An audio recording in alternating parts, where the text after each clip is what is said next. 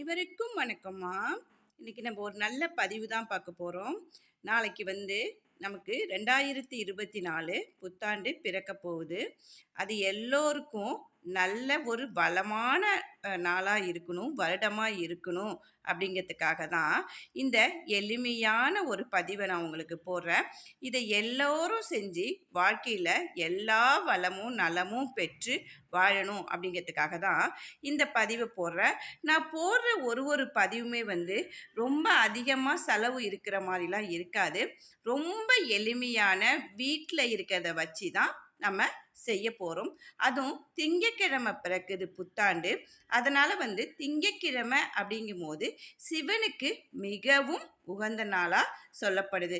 அப்போ நம்ம இந்த மாதிரி பொருட்களை சிவனுக்கு வச்சு படைக்கும்போது நம்மளுடைய வேண்டுதல் எல்லாமே நல்லபடியாக நடக்கும். அந்த 24வது வருடம் நமக்கு எல்லோருக்கும் எல்லா வளமும் நலமும் பெற்றுத்தரும் அப்படிங்கிற ஒரு நல்ல எண்ணத்தில் தான் இந்த பதிவை நான் உங்களுக்கு போடுறேன். அதுக்கு நம்ம எப்பயுமே நம்ம புத்தாண்டு அப்படின்னு சொன்னோம்னா முத நாளே நம்மளுடைய வீடை சுத்தம் பண்ணி வச்சுருவோம். நம்மளுடைய பூஜை அறையை எல்லாத்தையுமே நம்ம சுத்தம் பண்ணி எப்படி பண்ணுறோமோ அதே மாதிரி பண்ணி வச்சுட்டு சுவாமிக்கு நம்ம பூ அலங்காரம் பண்ணணும்.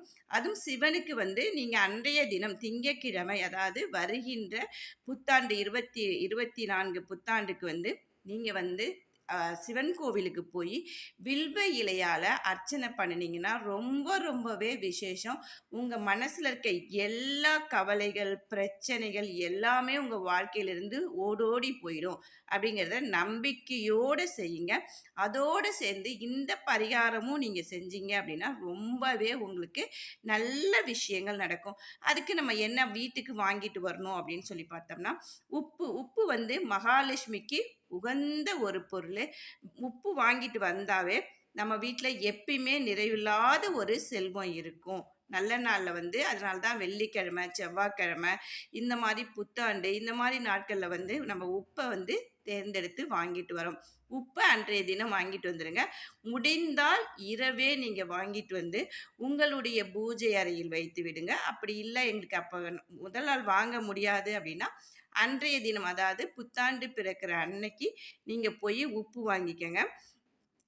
ஏன் அப்படின்னா உப்பு மகாலட்சுமிக்கு உகந்தது மட்டுமல்லாமல் திங்கட்கிழமை பிறப்பதினால் நம்ம சிவனுக்கு வெள்ளை பொருட்கள் அனைத்துமே சிவனுக்கு பிடித்த பொருள் தான். அப்படிங்கும்போது நம்ம உப்பு வெள்ளையாக இருக்கிறதுனால அதை வாங்கி வைக்கலாம். அது போக அரிசி, அதாவது பச்சரிசி அப்படின்னு சொன்னாவே அது மகாலட்சுமிக்கு உகந்தது அப்படின்னு நம்ம எல்லோருக்குமே தெரியும். அன்றைய தினம் உங்களால் நீங்கள் அதிகமாக வாங்க முடியாட்டினாலும் ஒரு 1/2 கிலோ 1 கிலோவாவது பச்சரிசி அன்றைய தினம் புத்தாண்டு தினத்தில் நீங்கள் வாங்கிட்டு வீட்டில் வச்சு உங்களுடைய பூஜை அறையில் பூஜை செஞ்சீங்க அப்படின்னா ரொம்ப விசேஷங்க.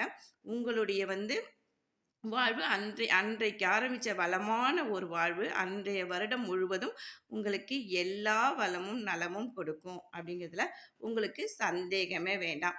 அடுத்து மஞ்சள். இது நீங்கள் மஞ்சள் கொம்பு மஞ்சளாகவும் வாங்கிக்கலாம். அப்படி இல்லைன்னா மஞ்சள் தூளாகவும் சமையலுக்கு பயன்படுத்துவோம் பார்த்தீங்களா, அந்த மாதிரி அந்த மாதிரி பொடியாகவும் நீங்கள் வாங்கிக்கலாம். இல்லை பெண்கள் இறைச்சி குடிப்பாங்க பார்த்தீங்களா, அந்த மாதிரி மஞ்சளும் வாங்கிக்கலாம். எது உங்களுக்கு விருப்பமோ அதை வாங்கிட்டு வந்துடுங்க. இந்த 3 பொருளும் வாங்கிட்டு உங்களுடைய பூஜை அறையில் திங்கட்கிழமை அன்னைக்கு, அதாவது வருகின்ற புத்தாண்டு அன்னைக்கு நீங்கள் இதை 2024 வருகின்ற புத்தாண்டு தினத்தன்னைக்கு இதை உங்களுடைய பூஜை அறையில் வச்சுருங்க. அது மட்டும் இல்லாமல் சிவனுக்கு வெள்ளையான, அதாவது மல்லிப்பூவு அந்த மாதிரி வெள்ளையாக இருக்கிற பூவால் அர்ச்சனை பண்ணுங்க. வீட்டில் வச்சு சாமிக்கு போடுங்க.